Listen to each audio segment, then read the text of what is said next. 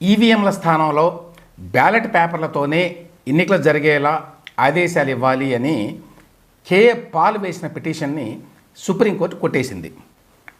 Raghurama Raju custodial torture కేసులో నిందితుల్లో ఒకరైన విజయ పాల్ని పోలీసులు అరెస్టు చేశారు. అదానీతో కుదుర్చుకున్న విద్యుత్ కొనుగోలు ఒప్పందంలో రవాణా ఛార్జీలు కట్టాల్సిందే అని, దీనికి సంబంధించి జగన్మోహన్ రెడ్డి చెప్తున్న మాటలు అబద్ధమని ఈనాడు ఇవాళ ఒక కథనం ప్రచురించింది. విశాఖ శారదాపీఠం స్వామి స్వరూపానంద ఇక నుంచి రిషికేశ్లో తపస్సు చేసుకుంటారని, అందువల్ల గత ప్రభుత్వం ఆయన కల్పించిన పోలీసు భద్రత ఇక అవసరం లేదు అని ఆ పీఠం వారు డీజీపీకి ఒక లేఖ రాశారు. కేసులకు భయపడడం లేదు నేను అని ఒక వీడియో వదిలిన రామ్ గోపాల్ వర్మ పోలీసులకు మాత్రం దొరకడం లేదు. ఈ వార్తా కథనాల మీద ఇవాల్టి విశ్లేషణ. ముందుగా రామ్ గోపాల్ వర్మ వ్యవహారం. ఈయన మీద ప్రకాశం జిల్లా పోలీసులు ఒక కేసు నమోదు చేయటం, దానికి సంబంధించి 2 సార్లు నోటీస్ ఇవ్వడం, 2 సార్లు కూడా ఈయన అటెండ్ కాకపోవడం, నాకు ఇంకా టైం కావాలని కోరడం, అందువల్ల ఈయన అదుపులోకి తీసుకోవడానికి ప్రకాశం జిల్లా పోలీసులు హైదరాబాద్లో ఫిల్మ్ నగర్లో ఆయన ఆఫీసు, దాని పేరు డెన్, అక్కడికి రావడం, అక్కడ ఆయన లేకపోవడం ఇవన్నీ తెలుసు. గత 2 రోజుల నుంచి ఆయన కోసం పోలీసులు వెతుకుతున్నారు. ఆయన కనబడడం లేదు. తాజాగా రామ్ గోపాల్ వర్మ ఒక సెల్ఫీ వీడియో రిలీజ్ చేశాడు ఎక్కడి నుంచో. అందులో ప్రధానంగా ఏం చెబుతాడు, నేనేమీ భయపడడం లేదు, నేనేమీ మంచం కింద దాక్కోలేదు అన్నాడు. అంతేకాదు, ఈ విధంగా తనను అరెస్టు చేయాలని చెప్పి అనుకోవటం, తన మీద కేసు పెట్టడం ఇదంతా కూడా అన్యాయం అని వర్మ వాపోయాడు. ఒకసారి వినండి వర్మ సెల్ఫీ వీడియోలో ఏమన్నాడు. Extremely sorry to disappoint. అంటే ఇప్పుడు ఉనికిపోతున్నాను, మంచం కింద కూర్చొని నేడుస్తున్నాను అని అందరూ what ever the media speculating, వాళ్ళందరికీ చిన్న డిసప్పాయింట్మెంట్గా ఉండొచ్చు వీడియో. ఇక్కడ పాయింట్ ఏంటంటే, I just want explain the whole concept. ఇప్పుడు నేను ఆల్మోస్ట్ ఒక 1 year బ్యాక్ ఏదో ట్వీట్స్ పెట్టాను అనే ఎలిగేషన్. ఆ ట్వీట్స్ ఎవరో మనోభావాలు దెబ్బతిన్నాయి. ఇక్కడ విచిత్రం ఏంటంటే 1 year బ్యాక్ పెట్టిన ట్వీట్స్ 4 డిఫరెంట్ ప్లేసెస్లో, 4 డిఫరెంట్ జ్యూరిస్డిక్షన్స్లో 4కి ఒకే 3-4 రోజుల వ్యవధిలో వాళ్ళ మనోభావాలు దెబ్బతిన్నాయి. వాళ్ళు ఆ పరంగా కంప్లైంట్ ఇవ్వడం, కేసులు పెట్టడం జరిగింది. ఇక్కడ పాయింట్ 1, ఎవరి మీద అయితే నేను పెట్టానని వాళ్ళు చెప్తున్నారో వాళ్ళకి లేదు, ఎవరో థర్డ్ పార్టీ, అసలు సంబంధం లేనివాడు. సో ఇప్పుడు ఇక్కడ జరిగింది ఏంటి, నాకు ఒక నోటీస్ వచ్చింది, నేను ఒక రిప్లై ఇచ్చాను, ఫలానా చోట ఫలానా తారీఖు నేను వస్తాను. అప్పటికి నాకు జరుగుతున్న పని ఒక ఆన్గోయింగ్ స్కెడ్యూల్ ఉంది కాబట్టి, నాకు ఫిల్మ్ వర్క్ ఉంది కాబట్టి అవ్వలేదు. అండ్ ఇట్ ఈస్ వేరే ప్రొడ్యూసర్ చేస్తున్నాం, ఆ ప్రొడ్యూసర్కి నష్టం వస్తుంది కాబట్టి నేను మళ్ళీ టైం అడిగాను. ఇదేంటి కేసు, ఇదేం అర్జెంట్ కేసు అంటే 1 year తర్వాత ట్వీట్ చూసిన అతనికి 1 weekలో అన్నీ అయిపోవాలనేది ఏమన్నా మీనింగ్ ఉంటుంది అసలు దానికి? So which basically means it is being done for purposes other than the urgency of the case. So Varma చాలా లీగల్ పాయింట్లు లేవనెత్తున్నాడు. అదేంటంటే, ఎప్పుడో ఏడాది కిందట నేను ఏదో ట్వీట్ చేస్తే దానికి ఎవరి మీద ట్వీట్ చేశానో వాళ్ళు కాకుండా వేరే వాళ్ళు కంప్లైంట్ చేయడం ఏంటి, వాళ్ళ మనోభావాలు దెబ్బతినడం ఏంటి, ఇదంతా అన్యాయం, ఇదంతా కూడా పెర్సిక్యూషను, నా మీద కక్ష సాధింపు చర్య.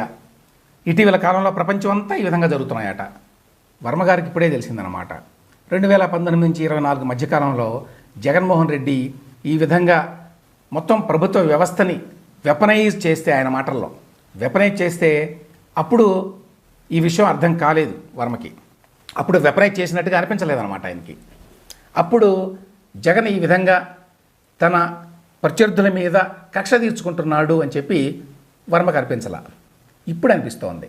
అసలు విషయం ఏంటంటే, గతంలో వర్మ ఏమనుకున్నాడు, ఈ చంద్రబాబు నాయుడు, ఈ టీడీపీ, వీళ్ళ ప్రభుత్వం, వీళ్ళు చాలా సాఫ్ట్, ఏమన్నా కూడా నడిచిపోతుంది. అదే జగన్మోహన్ రెడ్డిని ఏమన్నా అంటే మాత్రం జైల్లో వేస్తాడు. అందువల్ల జగన్మోహన్ రెడ్డితో చేతులు కలిపి టీడీపీ మీద, చంద్రబాబు నాయుడు మీద ఇష్టారాజ్యంగా ట్వీట్లు చేయొచ్చు, అవాకులు చవాకులు పేలొచ్చు అనుకున్నాడు. ఇప్పుడు వ్యవహారం తిరగబడింది. దాంతో దిక్కుతోచడం వల్ల షూటింగ్లో బిజీగా ఉన్నాను అని చెప్పేటువంటి వర్మకి ఈ సెల్ఫీ వీడియోలు చేయడానికి మాత్రం టైం ఉందన్నమాట. ఇవాళ రేపో రామ్ గోపాల్ వర్మ అరెస్టు ఖాయం. ఇవాళ హైకోర్టులో ఆయన బెయిల్ కేసు ఉంది. అందులో బెయిల్ వస్తుందేమో అని ఆశ. అందుకనే ఇంత బెంకంగా మాట్లాడుతున్నాడు. ఇవాళ ఒకవేళ హైకోర్టులో బెయిల్ రాకపోతే పోలీసులు అరెస్ట్ చేయడం ఖాయం. అప్పుడేమి సెల్ఫీ వీడియోలు చేస్తాడో చూడాలి వర్మ. ఈవీఎంల మీద ఈ మధ్యకాలంలో చాలామంది చాలా కన్సర్న్స్ రైజ్ చేస్తున్నారు. దాని మీద చాలామంది కోర్టుకు వెళ్ళారు. సుప్రీంకోర్టు ఇప్పటికే చాలాసార్లు అటువంటి పిటిషన్లు కొట్టేసింది. తాజాగా ప్రజాశాంతి పార్టీ అధ్యక్షుడైన కేఏ పాల్ మరొక రిట్ పిటిషన్ వేశాడు సుప్రీంకోర్టులో. సుప్రీంకోర్టు ఆ పిటిషన్ నిన్న కొట్టేసింది. ఏంటి కేఏ పాల్ కోరింది? ఈవీఎంల స్థానంలో మళ్ళీ బ్యాలెట్ పేపర్లనే పెట్టాలి అని. సుప్రీంకోర్టు వారు ఒప్పుకోలేదు. ఓడిపోయినప్పుడు మాత్రమే రాజకీయ నాయకులందరికీ ట్యాంపరింగ్ అనేది గుర్తుకొస్తుంది. గెలిచిన వాళ్ళు ఎవరు ఇంతవరకు ట్యాంపరింగ్ జరిగిందని కానీ ఈవీఎంలలో మ్యానిపులేషన్ జరిగిందని కానీ మా దగ్గరికి రాలేదు అని సుప్రీంకోర్టు న్యాయమూర్తులు అన్నారు. ఇక్కడ చెప్పుకోవాల్సిన అంశం ఏంటంటే ఈవీఎంల మీద కొన్ని అనుమానాలు ఉన్నమాట నిజమే. అయితే ఇంతవరకు ఎవరో కూడా క్రెడిబుల్గా ఈవీఎంల్లో మ్యానిపులేషన్ జరిగిందని చెప్పలేకపోతున్నారు. వేసిన ఓట్లు, కౌంటింగ్ చేసిన ఓట్ల మధ్య మిస్ మ్యాచ్ ఉంది లాంటి కొన్ని ఆరోపణలు ఉన్నప్పటికీ ఇదంతా కూడా ఈవీఎంలని ట్యాంపర్ చేయడం వల్ల జరుగుతోంది అని ఎవరు ఇంతవరకు ప్రూవ్ చేయాలి. ఆ విషయాన్ని గుర్తుంచుకోవాలి. ఇప్పుడు జగన్మోహన్ రెడ్డి కూడా ఇదే అడుగుతున్నాడు, ఈవీఎంలు వద్దు బ్యాలెట్ల ముద్దు అని. ఈవీఎంల మీద చాలామందికి అనుమానాలు ఉండొచ్చు, కానీ ఈవీఎంలు తీసేసి మళ్ళీ బ్యాలెట్ పేపర్లు తీసుకురావాలి గతంలో లాగా అనేటువంటి వాదన హాస్యాస్పదం కాదు, ప్రమాదకరం కూడా. ఎందుకు జగన్మోహన్ రెడ్డి అడుగుతున్నాడు ఈవీఎంలు తీసేయండి, బ్యాలెట్ పేపర్లు పెట్టండి అని అవకాశం వచ్చినప్పుడల్లా? నిన్న రాజ్యాంగ దినోత్సవం, ఆ సందర్భంగా ట్వీట్ చేస్తూ అందులో మళ్ళీ ఇది చూపించాడు. మన ప్రజాస్వామ్యం మనుగడ సాగించాలంటే ఈవీఎంలను తీసేసి మళ్ళీ బ్యాలెట్ పేపర్లను పెట్టాలి అని. జగన్ రెడ్డి లాంటి వాళ్ళు కూడా ఈవీఎంలు వద్దు బ్యాలెట్ పేపర్లు కావాలి అని అంటున్నారు అంటే దీని వెనక ఏమై ఉంటుందని చెప్పి ఆలోచించాలి ఎవరైనా. ఈవీఎంలో లోపాలు ఉంటే వాటిని సరిదిద్దుకోవాలి ఖచ్చితంగా. కానీ మళ్ళీ బ్యాలెట్ పేపర్లు కనుక తీసుకొస్తే గతంలో ఏం జరిగిందో మళ్ళీ అదే జరుగుతుంది. గతంలో ఏం జరిగింది? రాయలసీమలో చాలా ప్రాంతాల్లో పూర్తిగా రిగ్గింగ్ జరిగేది. చాలా గ్రామాల్లో ఓటర్లు తమ ఓటు హక్కును వినియోగించుకునే అవకాశం ఉండేది కాదు. వాళ్ళ తరఫున అక్కడ ఉన్నటువంటి స్థానిక నాయకులే ఓటింగ్ చేసేవాళ్ళు, బ్యాలెట్ పేపర్ల మీద గుద్దేవాళ్ళు. ఈవీఎంల్లో అది సాధ్యం కాదు. అందువల్లనే చాలామందికి నోస్టాల్జియా ఉంది. మళ్ళీ బ్యాలెట్ పేపర్లు వస్తే గతంలో లాగా మారుమూల ప్రాంతాల్లో, గ్రామీణ ప్రాంతాల్లో ఫుల్గా గుద్దుకోవచ్చు ఓట్లు. కాబట్టి ఈవీఎంల్లో ఏమైనా లోపాలుంటే వాటిని సరిచేసుకోవాల్సిన అవసరం ఉంది. కానీ మన దేశంలో మళ్ళీ కనుక బ్యాలెట్ పేపర్లు వస్తే జగన్మోహన్ రెడ్డి లాంటి వారికి చాలా ఉపయోగం అది. రిటైర్డ్ ఏఎస్పీ విజయపాల్ నిన్న అరెస్ట్ అయ్యారు. నిన్న 9 గంటల సమయంలో పోలీసులు అరెస్ట్ చేశారు. సుప్రీంకోర్టు మొన్న ఆయన వేసిన బెయిల్ పిటిషన్ని తిరస్కరించింది. కాబట్టి ఆయన అరెస్ట్ కాకుండా ఆపడం ఇక సాధ్యం కాదు. రఘురామకృష్ణరాజు గారి కస్టోడియల్ టార్చర్ కేసులో దర్యాప్తు ముందుకు సాగకపోవడానికి కారణం ఏంటంటే ఈ కోర్టులో కేసులు వేయడం. ఈ విజయపాలను అడ్డం పెట్టుకొని ఈ కేసులో మిగతా నిందితులు జగన్మోహన్ రెడ్డి, పిఎస్ఆర్ ఆంజనేయులు, పివి సునీల్ కుమార్, డాక్టర్ ప్రభావతి వీళ్ళందరూ కూడా ఈ కేసును ముందుకు సాగనీయకుండా అడ్డుకోగలిగారు పరోక్షంగా. కానీ ఎప్పుడైతే విజయపాల్ రిట్ పిటిషన్ సుప్రీంకోర్టు కొట్టేసిందో, బెయిల్ ఇవ్వడానికి నిరాకరించిందో, అప్పుడు పోలీసులు ఈ కేసులో విచారణ వేగంగా చేపట్టడానికి అవకాశం దొరికింది. ఇప్పుడు నిన్న మళ్ళీ విజయపాల్ని ప్రశ్నించిన తర్వాత ఆయన అరెస్ట్ చేశారు. ఈయన అరెస్ట్ చేసిన తర్వాత ఈయన ఇచ్చినటువంటి సమాచారం ఆధారంగా మళ్ళీ ఈ కేసులో ఇతర నిందితుల్ని పిలిచి ఇంట్రాగేషన్ చేయడానికి అవకాశం దొరుకుతుంది. ఈ కేసులో ఇప్పటికే రఘురామకృష్ణరాజు గారు చాలా ఆధారాలని సేకరించి పెట్టాడు. కాబట్టి పోలీసులకు కూడా ఎంతో కొంత సులువే ఈ కేసులో దర్యాప్తు జరపడం. కాబట్టి ఈ కేసులో మిగతా నిందితులు కూడా త్వరలో పోలీసుల ఇంట్రాగేషన్ గురి కావాల్సి ఉంటుంది. ఇక్కడ గమనించాల్సిన ఒక విషయం ఏంటంటే కూటమి ప్రభుత్వం వచ్చిన తర్వాత మాజీ ముఖ్యమంత్రి జగన్మోహన్ రెడ్డి మీద ఒక కేసు కూడా పెట్టలేదు. ఆయన మీద ఉన్నటువంటి ఏకైక కేసు రఘురామరాజు గారు పెట్టినటువంటి కేసే. ఈ కేసులో మాత్రమే జగన్మోహన్ రెడ్డి నిందితుడు. కూటమి ప్రభుత్వం మరే కేసు కూడా ఇంతవరకు పెట్టలేదు.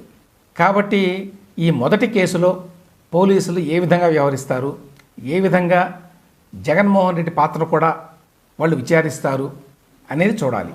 జగన్మోహన్ రెడ్డి ఓటమితోటి విశాఖ శారదాపీఠం తన వైభవాన్ని కోల్పోయింది. ఆయన ఆశీస్సులుంటే చాలు మనకు అధికారం వస్తుందనో మంచి జరుగుతుందనో చాలామంది అనుకుంటారు. బహుశా జగన్మోహన్ రెడ్డి కూడా అలాగే అనుకున్నారు, వాళ్ళు వీళ్ళు చెప్పిన దాన్ని బట్టి. కానీ ఇప్పుడు చూస్తే శారదాపీఠం అధిపతి స్వరూపానంద గారికే రోజులు బాగాలేవు. విశాఖలో ఆయనకి ఇచ్చిన 15 ఎకరాలని కూటమి ప్రభుత్వం ఇప్పటికీ రద్దు చేసింది. ఆ తర్వాత తిరుమలలో ఆయనకి ఇచ్చినటువంటి స్థలాన్ని కూడా వెనక్కి తీసుకుంది. ఈ పరిస్థితుల్లో ఆంధ్రప్రదేశ్ తనకు అచ్చిరాదు అని చెప్పి బహుశా స్వరూపానంద గారు భావించినట్టున్నారు.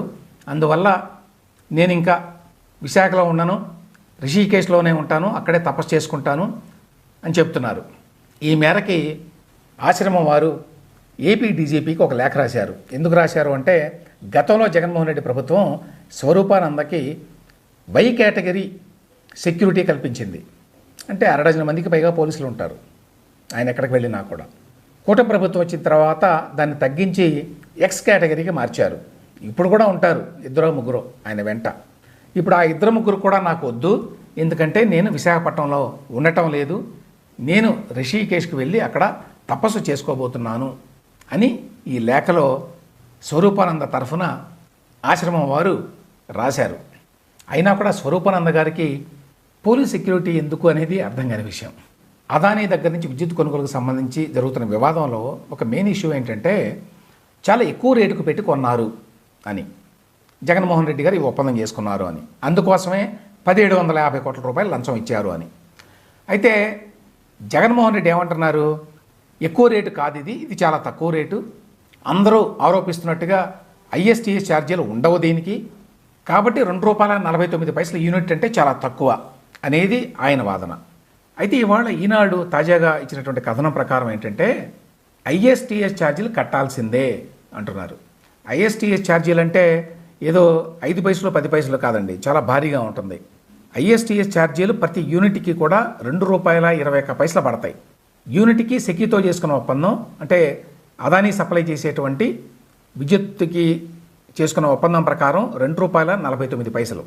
సో ₹2.49 ప్లస్ ఐఎస్టీఎస్ అంటే ఇంటర్స్టేట్ ట్రాన్స్మిషన్ సర్వీస్ ఛార్జెస్, ఇవి మరొక ₹2.21. ఈ రెండు కలిపితే యూనిట్ ధర ₹4.70 పడుతుంది. అంటే ఏడాదికి ఒక్క ఐఎస్టీఎస్ ఛార్జీల రూపంలోనే 3,757 కోట్ల రూపాయలు పడుతుంది. అంటే మొత్తం 25 ఏళ్ల పాటు ఈ విద్యుత్ సరఫరా జరుగుతుంది. అంటే 25 ఏళ్లకి ఓన్లీ ఐఎస్టీఎస్ ఛార్జెస్ కిందనే రాష్ట్ర ప్రభుత్వం 1,56,151 కోట్ల రూపాయలు కట్టాల్సి వస్తుంది. 1,05,000 కోట్ల రూపాయలేమో యాక్చువల్ పవర్ కోసం, మరొక 1,56,000 కోట్లేమో ఐఎస్టీఎస్ ఛార్జెస్ కోసం. అంటే ఎంత భారమో చూడండి. నిజంగా కనుక ఇవి కట్టాల్సి వస్తే ఏపీ ప్రజల మీద ముందు భరించలేని విద్యుత్ ఛార్జీల భారం పడబోతోంది.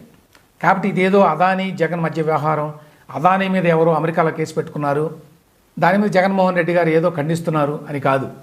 ఈ మొత్తం వ్యవహారం ఫలితంగా ఆంధ్రప్రదేశ్ ప్రజలు రానున్న 25 సంవత్సరాల్లో భరించలేనటువంటి విద్యుత్ ఛార్జీలను కట్టాల్సి వస్తుంది. అది గమనించాల్సిన విషయం.